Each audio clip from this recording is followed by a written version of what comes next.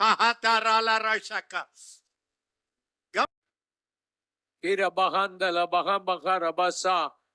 பாஷைகளை பேசு, அந்நிய பாஷைகளை பேசு. வரலன்னா ஆண்டவர்கிட்ட கேளு, ஆண்டவரே இந்த பாஷையை எனக்கு தாரும், இழந்து போன அந்த பாஷையை மறுபடியும் நான் பெற்றுக்கொள்ளணும். அந்த பாஷையை பேசும்போது என்னை கட்டி எழுப்போம், கட்டி எழுப்போம். மீகாலபா ஹந்தலபா கந்தலபா ஷீரபா கரபா நலபா தியாந்தரபா எல்லாரும் ஷட்டா பரகா டலதி சண்டரிதியாண்டரே உரடபா Shanto நமகோட்டெலியா கிரதாலபா கபந்தனோ டுடரந்தரபா ஷரப கபந்தரதல கபந்து Pray in tongue. 1 minute pray in tongue. You know why? Listen, I don't want you to know it in the brain. Let it go in your spirit. Loud. Rela brashandanama, relba rahashedaraba, durandanama, rela brahatan masalabra, rola brashandanama, rabal barashakala raba. Okay. சகோதர சகோதரிகளே, இதுதான் நம்ம இன்னைக்கு பார்க்க போகிறோம். இந்த அந்நிய பாஷையில் பேசி இவங்க ஆண்டவருடைய நாமத்தை வீணிலே வழங்குறாங்க. நமக்கெல்லாம் தெரியும் இந்த வசனம், கர்த்தருடைய நாமத்தை வீணிலே வழங்காது இருப்பாயாக. அதுக்கு என்ன பொருள்னா, ஆண்டவருடைய நாமத்தை என்ன பண்ணக்கூடாதுன்னா சின்ன சின்ன விஷயத்துக்கெலாம் யூஸ் பண்ணி அவருடைய நாமத்துக்கான மகிமையும் கனத்தையும் வந்து வீணடிக்கூடாதுன்னு அர்த்தம்.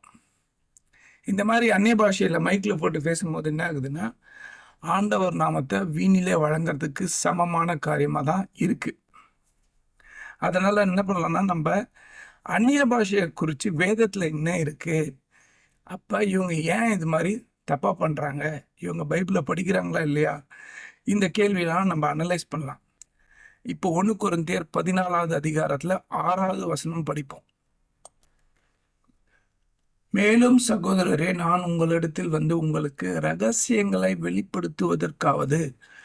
இந்த வசனத்தில் பார்த்தீங்கன்னா பவுல் என்ன சொல்கிறாருன்னா, நான் உங்களுக்கு ரகசியங்களை போதிச்சேனா, இல்லைன்னா தீர்க்க தரிசனம் சொன்னேனா, இல்லை அறிவுக்கு எதுவானதை போதிச்சேனா, இந்த மாதிரி ஏதாவது நான் உங்களுக்கு பண்ணேன்னா அதில் பிரயோஜனம் இருக்குது.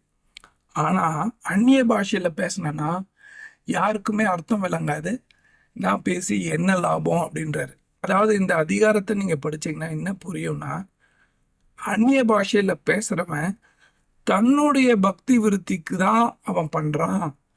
அவன் என்ன பேசுகிறான்றதை அவன் சொல்லாமல், இல்லை வேற ஒருத்தவங்க அவர் என்ன சொல்கிறாருன்றதை மொழிபெயர்க்காமல் இருந்ததுன்னா யாருக்குமே லாபம் கிடையாது. அதனால் அந்நிய பாஷை பேசுகிறவன் தனிமையில் இருக்கும்போது பண்ணுறது நல்லது. இந்த கருத்து தான் இந்த முழு அதிகாரத்தில் வரும். 6வது வசனமும் அதை தான் சொல்கிறாரு பவுல். 9வது வசனம் படிப்போம். அதுபோல நீங்களும் தெளிவான பேச்சை நாவினால் வசனியாவிட்டால் பேசப்பட்டது என்னதென்று எப்படி தெரியும்? ஆகாயத்தில் பேசுகிறவர்களாய் இருப்பீர்களே. அதாவது நீங்கள் அந்நிய பாஷையில் பேசுகிறீங்க, ஏதோ ஆகாயத்தை பார்த்து கத்திட்டு இருக்க மாதிரி இருக்கும், கரெக்டாக சொல்லணும்னா லூஸ்தனமாக இருக்குன்னே சொல்கிறாரு. நான் அதை மிகைப்படுத்தி சொல்லலை. ஆகாயத்தில் பார்த்து பேசுகிறீங்கன்னா என்ன, யாரோடையும் பேசல, முட்டாள்தனமாக ஏதோ பேசிகிட்டு இருக்கீங்க, அந்த மாதிரி அர்த்தமாயிடும் அப்படின்றாரு. ஜெபிக்கிற மாதிரி அர்த்தம் வராது அப்படின்றாரு. சரி, அடுத்தது பாருங்கள். அதாவது 7வது 8வது வசனம் படிச்சிங்கன்னா ஏன் அது போலன்னு சொல்கிறாருன்னு உங்களுக்கு புரியும். 13வது வசனம் இப்போ படிக்கிறேன். அந்தபடி அந்நிய பாஷையில் பேசுகிறவன் அதன் அர்த்தத்தையும் சொல்லத்தக்கதாக விண்ணப்பம் பண்ண கடவன். அப்போ அந்நிய பாஷையில் பேசுகிறவன் அர்த்தத்தையும் சொல்கிறதுக்கு அவனுக்கு ஆண்டவர் அந்த கிருபையை தரணும்னு அவன் ஜெபிக்கணும். அப்படி அவனுக்கு தெரியாதுன்னா அவன் அந்நிய பாஷையில் பேசக்கூடாது. இதுதான் அதோட பொருள். அதாவது சபையில் வந்து பேசக்கூடாது, தனிப்பட்ட முறையில் ஜெபிக்கும் போது பேசிக்கலாம். 23வது வசனம் படிப்போம். ஆகையால் சபை எல்லோரும் ஏகமாய் கூடி வந்து எல்லாரும் அந்நிய பாஷைகளிலே பேசிக்கொள்ளும் போது கல்லாதவர்களாவது அவிசுவாசிகளாவது உள்ளே பிரவேசித்தால் அவர்கள் உங்களை பைத்தியம் பிடித்தவர்கள் என்பார்கள் அல்லவா. அதாவது யாரா சொல்றாரு, சபைக்குள்ள ஒருத்தனை ரட்சிக்கப்படாதன்னு கூட்டின்னு வரீங்கப்பா, அவங்க வந்ததுக்கு அப்புறம் ஐயோ பைத்தியக்கார கும்பல்ல இருக்கோம்னு நினைப்பாங்களே அப்படின்றாரு. ஏற்கனவே நம்ம எக்ஸ்பிளைன் பண்ணது தான். இவ்வளோ அடிப்படை காமன் சென்ஸ் ஏன் பெரிய போதகர்களுக்கு இல்லை? ஏன்னா எந்த அளவு ஜனங்க தெளிவான உபதேசத்தை நாடலையோ அந்த அளவுக்கு தான் முட்டாள்தனமா இருப்பாங்க. எந்த அளவுக்கு சபையில இருக்கவங்க முட்டாள்தனமா இருக்காங்களோ அந்த அளவுக்கு தான் சபை போதகருக்கு லாபம். அதனால நம்மள முட்டாள்தனத்திலையும் அடிமைத்தனத்திலையும் வச்சிருக்கிறது தான் இவங்களுடைய குறிக்கோள். அதனால முட்டாள்தனமா என்ன பண்ணுவாங்க, அந்நிய பாஷையில எல்லாரும் பேசுங்கன்னுவாங்க. ஆனா வேதமோ அதுக்கு எதிராக சொல்லுது. இந்த அளவு முட்டாள்தனமா போதிக்கிறாங்க. 28, 29 வசனம் படிப்போம். அர்த்தம் சொல்லுகிறவன் இல்லாவிட்டால் சபையிலே பேசாமல் தனக்கும் தேவனுக்கும் தெரிய பேசக்கடவன். தீர்க்கதரிசிகள் 2 பேராவது 3 பேராவது பேசலாம், மற்றவர்கள் நிதானிக்க கடவர்கள். எல்லாமே லாஜிக்கலா அர்த்தம் உள்ளதா பொறுப்பா செய்யணும்னு இருக்கு. ஏதோ குருட்டாம் போக்குல நமக்கு பிடிச்ச மாதிரி கத்திக்கிட்டு சந்தோஷமா அலறிக்கிட்டு அந்த மாதிரி இருக்கணும்னு வேதத்துல இல்லை. அப்ப என்ன ஆயிடுதுன்னா, யாருக்கா ஒருத்தர் அந்நிய பாஷை தெரியுதா பேசுங்க, இன்னொருத்தவங்க அதுக்கு அர்த்தம் விளக்கட்டும். அதாவது இன்டர்பிரேட் பண்றதுக்கு யாரும் இல்லையா, அவங்க என்ன பண்ணக்கூடாது, அந்த கூடுகையில பேசவே கூடாது. இதுதான் வேதம் சொல்லுது. ஆனா தீர்க்கதரிசிங்க பேசலாம். தீர்க்கதரிசிங்க பேசும்போதும் லாஜிக்கலா சொல்லணும்னா எல்லாரும் தீர்க்க தரிசனம் பேசுறது வேஸ்ட்டு. யாராவது ஒருத்தர் பேசணும், இல்லை 2 பேர் பேசலாம், அவங்க சொல்றத சபை கேட்கணும். இன்னும் ஒரு காரியம் மட்டும் பார்ப்போம், அது முக்கியமான ஒரு காரியம். 21, 22 வசனம். அதை நம்ம எதோட ஒப்பிட்டு படிக்கிறோம்னா அப்போஸ்தலர் 2வது அதிகாரத்துல 6வது வசனத்தோட ஒப்பிட்டு படிக்கணும். ஏன்னு நான் உங்களுக்கு படிக்கும்போது உங்களுக்கு அர்த்தம் விளங்கும். முதலாவது என்ன பண்ணலாம்னா அப்போஸ்தலர் 2வது அதிகாரம் 6வது வசனம் படிக்கலாம்.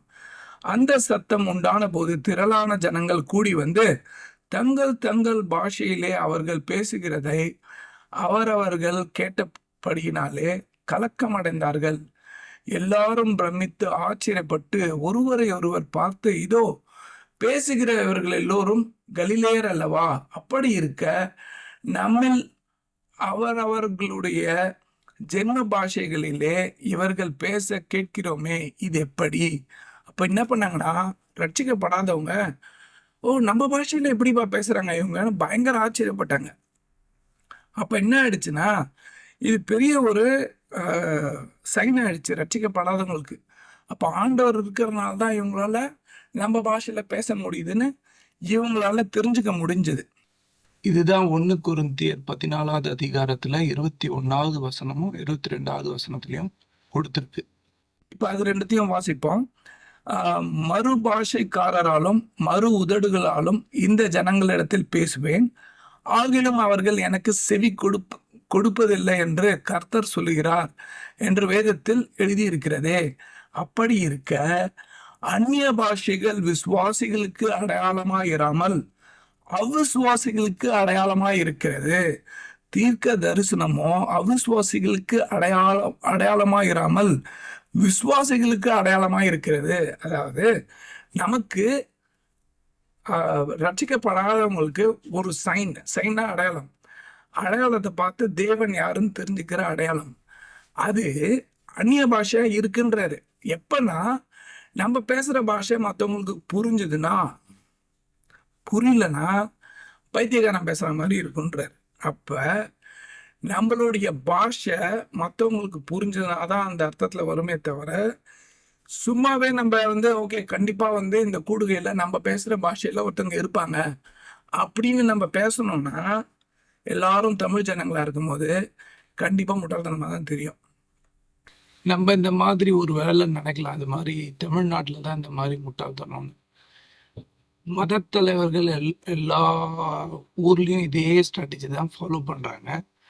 இதுக்காக என்ன பண்ணியிருக்காங்க, ஒரு அமெரிக்கன் பாஸ்டர் கெனத் கோப்லாண்டுன்றவர் எப்படி அந்நிய பாஷையில் மைக்கில் பேசி இதே தப்பை செய்கிறாருன்றதை பார்க்கலாம். அவர் இவங்களெல்லாம் காட்டிலும் பல மடங்கு கலபோதனை அதிகமாக போதிக்கிற பாஸ்டர் இவர்.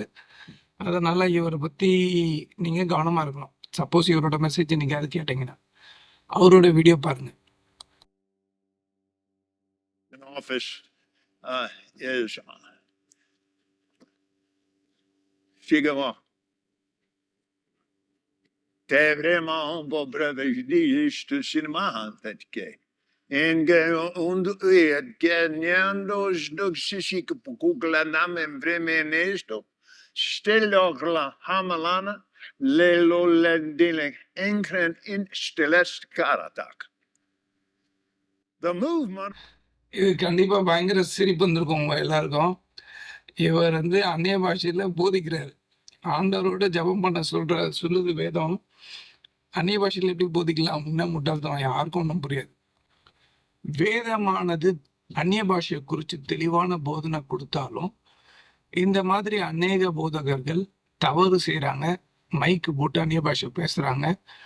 கூடுகையில் வந்திருக்கவங்க எல்லாரையும் ஒரே நேரத்தில் அந்நிய பாஷையில் பேச சொல்கிறாங்க. தனிப்பட்ட முறையில் பேசாமல் கூடுகையில் பேச சொல்கிறாங்க. ஏன் இவங்க வேதத்துக்கு எதிராக ஓப்பனாகவே இந்த மாதிரி ப்ரீச் பண்ணுறாங்கன்றதை நீங்கள் அனலைஸ் பண்ணி பார்த்தீங்கன்னா என்னெல்லாம் கண்டுபிடிக்கலாம்னா, முதலாவது அந்நிய பாஷையை வச்சு அவங்க ஆவிக்குரிய விதத்தில் வளர்ந்தவங்களா காட்டிக்க ட்ரை பண்ணுறாங்க ஃபஸ்ட்டு. அதன் மூலமாக என்ன சொல்கிறாங்கன்னா, யாருக்கெல்லாம் அந்நிய பாஷை இல்லையோ அவங்களுக்குள்ள பரிசுத்த ஆவியே இல்லாத மாதிரி ஒரு கேள்வியே எழுப்புறாங்க. ஆனால் எனக்கு நிறைய பேர் தெரியும், அதில் சிலர்லாம் பார்த்தீங்கன்னா ஒரே குடும்பத்தில் சிலருக்குள்ள அந்நிய பாஷை இருக்கும், சிலருக்கு அந்நிய பாஷை ஆண்டவர் கொடுக்கல. அதனால அவங்க 2 பேரும் ஆவிக்குரிய விதத்தில் வளரலை அப்படின்னு நம்ம சொல்ல முடியாது. இந்த மாதிரி ஒரு அந்நிய பாஷையை ஒரு ஸ்டாண்டர்டாக வைக்கும் போது என்ன ஆகுதுன்னா, யாருக்கெல்லாம் இல்லையோ அவங்க ரொம்ப தங்களை குறித்து தாழ்மையாக நினைக்கப்படும் ஒன்று. இன்னொன்று, அவங்க தாழ்மையாக நினைக்கக்கூடாதுன்னு அவங்களே என்ன பண்ணலான்னா பொய்யா அந்நிய பாஷையில் பேசுறதுக்கு முயற்சிப்பாங்க. அந்த மாதிரி சிலர்லாம் நான் கேள்விப்பட்டிருக்கேன். ஸோ இது என்ன ஆயிடுதுன்னா, இதனால் வந்து சபை பக்தி விருத்தி அடையறதில்ல, சபைக்கு ஒரு தப்பான அடையாளம் தான். அதாவது சபை ஜனங்களுக்கு ஒரு தப்பான அடையாளம் வருது. சபையை குறிச்சும் வெளியில் கேவலமான எண்ணம் தான் வருது. ஏன்னா லம்போ லம்போன்னு கத்துவாங்கன்னு. கடைசியாக பார்த்தீங்கன்னா வேதமானது தெளிவாக என்ன சொல்லுதுன்னா, அவங்க தங்களால் சுமக்க முடியாத நுகத்தை மற்றவங்க மேலே வைப்பாங்கன்றிருக்கு. யாரை குறிச்சுன்னா பரிசேயரை குறிச்சும் வேதபாரகரை குறிச்சும். அதே காரியம்தான் இந்த போதகர்களும் செய்கிறாங்க. அதனால என்ன பண்ணலாம்னா, எல்லாத்துலேயும் தெளிவான உபதேசத்தை நாடலாம். உங்களுடைய கருத்துக்களை கீழே ஷேர் பண்ணுங்க. நீங்கள் அந்நிய பாஷையில் பேசுகிறவங்களா இருந்தீங்கன்னா உங்களை குற்றப்படுத்திக்காதீங்க. தனிப்பட்ட முறையில் நீங்கள் உங்கள் கூடுகையில் இல்லை ஒரு 3-4 பேர் வந்து கூடி ஜெபிக்கும் போது ஒருத்தரை தெரிஞ்சிருக்கும் போது அந்நிய பாஷையில் பேசுங்க. சபையில் மொத்தமாக இருக்கும்போது லபோன்ற அந்த வார்த்தைக்கு நிகராக நம்ம பண்ண வேணாம். இதுதான் என்னுடைய அன்பான வேண்டுகோள். இந்த வீடியோ பார்த்ததுக்கு உங்களுக்கு பிரயோஜனமாக இருக்கும்னு நம்புகிறேன். நன்றி.